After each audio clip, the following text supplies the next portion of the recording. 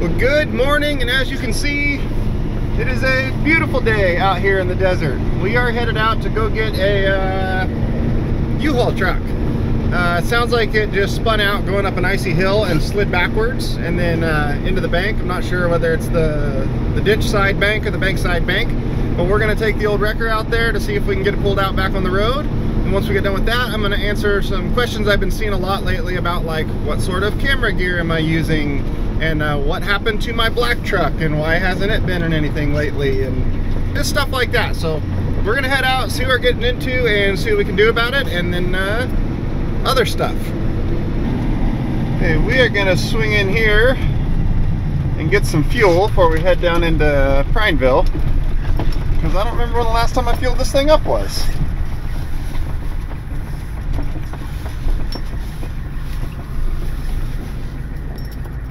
So I get a lot of questions of how we are fueling up our own vehicles in Oregon, when I'm always fueling up my own vehicles in Oregon.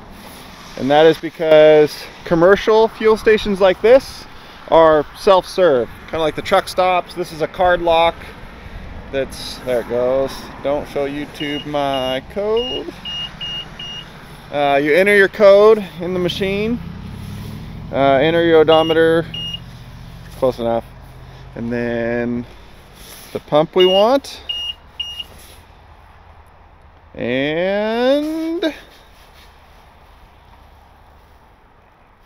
pump number that you can't see because the screen is broken is ready. And now we go get our own fuel, and at the end of the month the fuel company sends me a bill. So you have to have an account with the fuel companies. There's a few different ones. I have 2 different ones. And you basically get a credit with them, and you take your card and you fuel up at their different fuel stations where you need, and pay your bill at the end of the month, and then they keep letting you have fuel credit. It's handy. And if you want to get technical about it, diesel can always be self-serve at any fuel station, even like your normal Chevrons and all that stuff, but normally they just still do it anyway.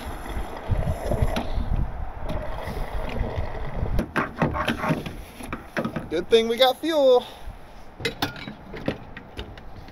So this truck has one 15-gallon tank, 12.5 gallons. Originally, this truck would have had a 15-gallon tank on each side, and that's why it has right in here a fuel selector switch. But when they put this bed on, or at some point, it lost its tank on that side, so it only has the one 15-gallon over here, and the fuel gauge doesn't work. So far, I've ran out of fuel twice, which is why that's there. So we've had quite the cold snap recently. Temperatures down around like the 0-degree mark, with wind chills like -15 or something like that for the last few days, and that resulted over in the valley, where they normally don't get that cold weather or snow, a flash freeze ice storm that pretty much shut the whole valley down. And of course, yesterday when that happened, I drove over the mountain to Salem to go to the Commerce Compliance Division and get all my motor carrier stuff for my big truck done for the next year, which by the time you see this video will be the next year. And I drove all the way over there through the ice storm, see vehicles everywhere. It was a mess.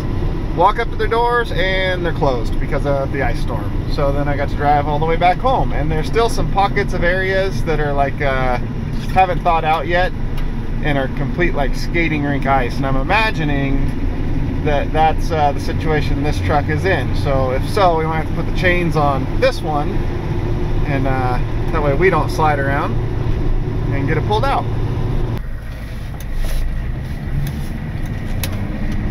Alright, this is ice, and I see the truck up there, so we're in 4-wheel drive there. This is my GPS, built in, super nice. Luckily it didn't go backwards over the edge any farther. That would not have been good. Let's go check it out. It's just no grip at all. Right. I mean, this front end is kind of melting off. That back right, that's probably all ice right. So I just get you pulled onto this stuff right here. It should be fine. Yeah, I mean, if I can get forward momentum going up, you know. My driveway wouldn't. It stopped just in time. Well, I was trying to get it to go forward and try to swing the ash in that way, and so I can at least back that way. Where are you trying to get into? My driveway. Oh, this one? Yeah, okay. Well, it's empty. Oh, so you're ready to like take it back? Yeah, I'm ready to take it back. Okay, so maybe instead of winching the back of it over, and I think once you're on this, you're golden. Yeah, I mean, this should be fine. It just needs, you know, momentum. Yeah.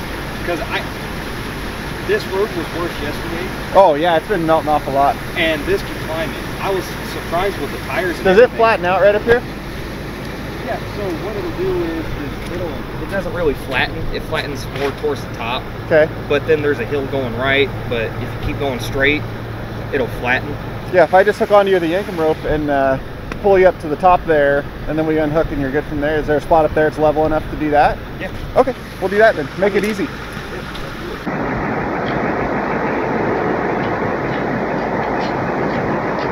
hook this up now, and then I'll just pull up the rope and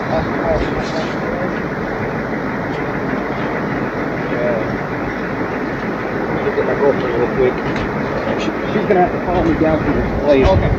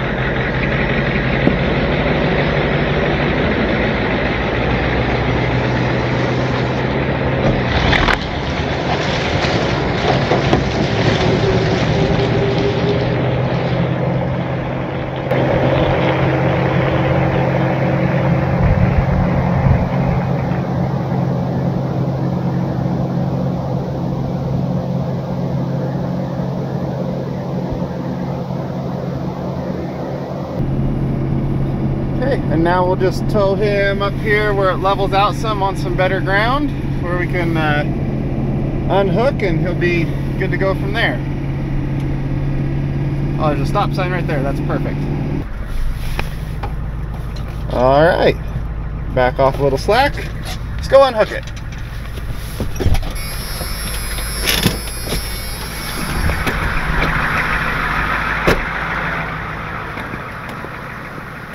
Perfect.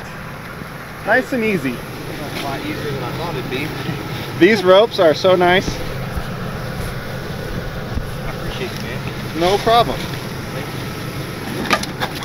All right, I'll get this put away, and yeah, you're good to go. Thank you. Yep.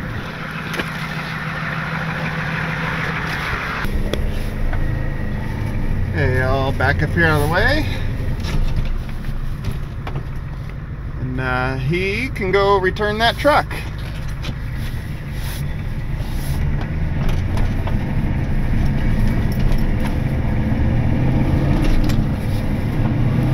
Now we got to go back down here and get my camera.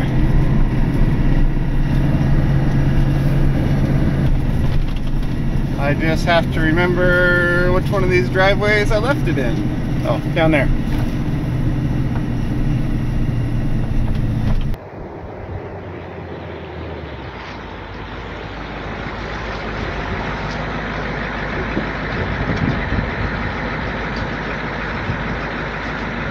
Good job, camera.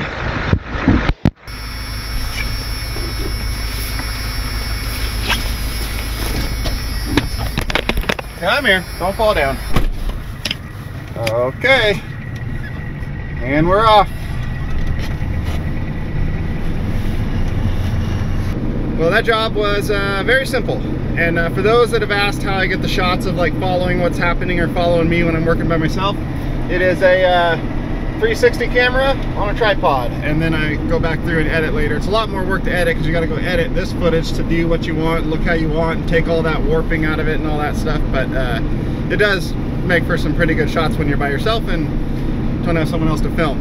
I've also found a 360 camera very handy when you're having the customer film, because customers are very good at not pointing the camera at what's happening, and then you go look at the footage later and you're just like, yeah, the recovery was over there and the camera was looking at some tree off in the distance over there. So then you can use the 360 camera and they just have to hold it and do whatever, and you can point it wherever you want later. So a little more work, well, a lot more work, like double the work, but very handy tool. Okay, we just stopped and got some gourmet Mexican food here from Taco Bell. And to answer some other camera questions, this main camera that I use the most for most things is the DJI Action 3. This is their newest one. It is just stone cold reliable. You press the button, it's recording, that's it. Battery lasts super long time, doesn't overheat, doesn't freeze. It just works really good, and the microphone on this thing is really good. I since started using this camera, other than putting the little wind muffy things right there, I don't use any external mics with this camera. It's just what you're hearing 90% of the time is just what comes straight out of this camera. Now I want to be fancier, a little more cinematic. The other one I got is the Sony something AX43, and you just flip it open, and it's got like a little, like the lens is all gimbally and moves around to like smooth stuff out, but this one is super good. Like if you wanted to zoom in on something like way over there, it goes like really good. Whoop. So this camera is kind of like the one you want to be a little like nicer, more professional-ish camera. And then for audio, when I'm using something other than these external mics, I have the DJI wireless kit, except for I lost one of the transmitters, so I only have one now. So the last time I used this camera, people complained the sound's a little off, and that's because the super fancy microphone that I got to go right here on the top of it, you actually have to like turn it on separately and like work controls and all that, and I didn't know to do that, so I just got this Deity D4 Duo that records front and back, and I use that with it instead of the super fancy one. Way better because it's just like automatically there. Let's go home. Oop. Let's not forget our food. Now let's go home. And when we get home, I'll tell you what happened to the black truck. Okay, now that we're back home, the question of where is my black truck? It's right there. I drive it normally like my daily driver. It's what I take Riley to school in. It's what I, run errands in, stuff like that. I don't use it to tow, for one, because I don't do much towing anymore, and two, I have this in the big truck now, so I actually never use it much towing at all. If that wheel lift has like 20 tows on it, I would be impressed. But yeah, I don't have much use for that other than just like a normal daily driver anymore. It's kind of the least necessary of all the trucks I have, and I just prefer the older ones like this, or like my gray truck. Like, I'm not like a new truck guy, so that one's really nice and all that, but let's drive these ones. So yeah, that's what my black truck is. hope you guys enjoyed today's video. Thanks for coming along with me and being my passenger there, and see you on the next one.